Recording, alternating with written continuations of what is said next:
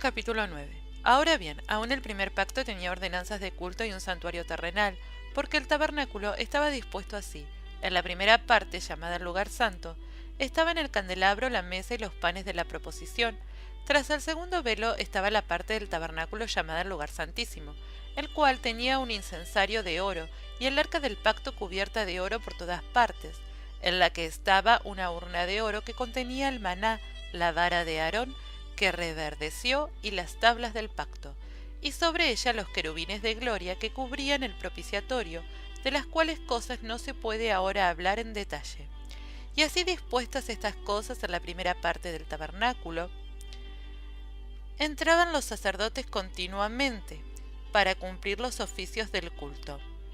Pero en la segunda parte solo el sumo sacerdote una vez al año, no sin sangre, la cual ofrece por sí mismo y por los pecados de ignorancia del pueblo,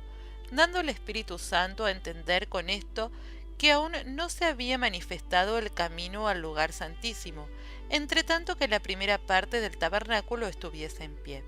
lo cual es símbolo para el tiempo presente, según el cual se presentan ofrendas y sacrificios que no pueden hacer perfecto en cuanto a la conciencia al que practica ese culto, ya que consiste sólo de comidas y bebidas, de diversas abluciones y ordenanzas acerca de la carne, impuestas hasta el tiempo de reformar las cosas. Pero estando ya presente Cristo, sumo sacerdote de los bienes venideros, por el más amplio y más perfecto tabernáculo, no hecho de manos, es decir, no de esta creación, y no por sangre de machos cabríos ni de becerros, sino por su propia sangre, entró una vez para siempre en el lugar santísimo, habiendo obtenido eterna redención.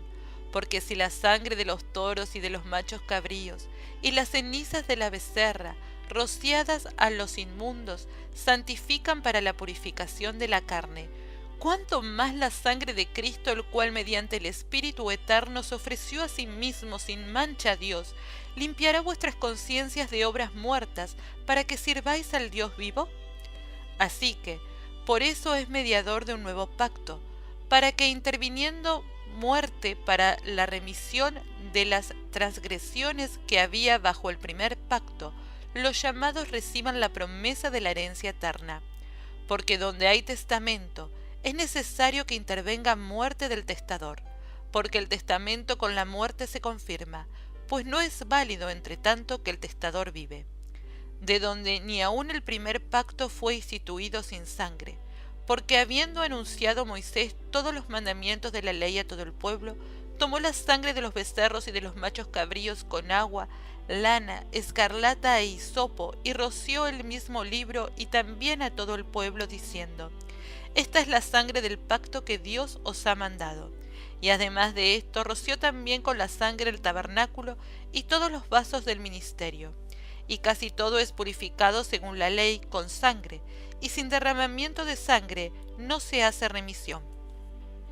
El sacrificio de Cristo quita el pecado. Fue pues necesario que las figuras de las cosas celestiales fuesen purificadas así, pero las cosas celestiales mismas con mejores sacrificios que estos, porque no entró Cristo en el santuario hecho de mano, figura del verdadero, sino en el cielo mismo, para presentarse ahora por nosotros ante Dios, y no para ofrecerse muchas veces como entra el sumo sacerdote en el lugar santísimo cada año con sangre ajena.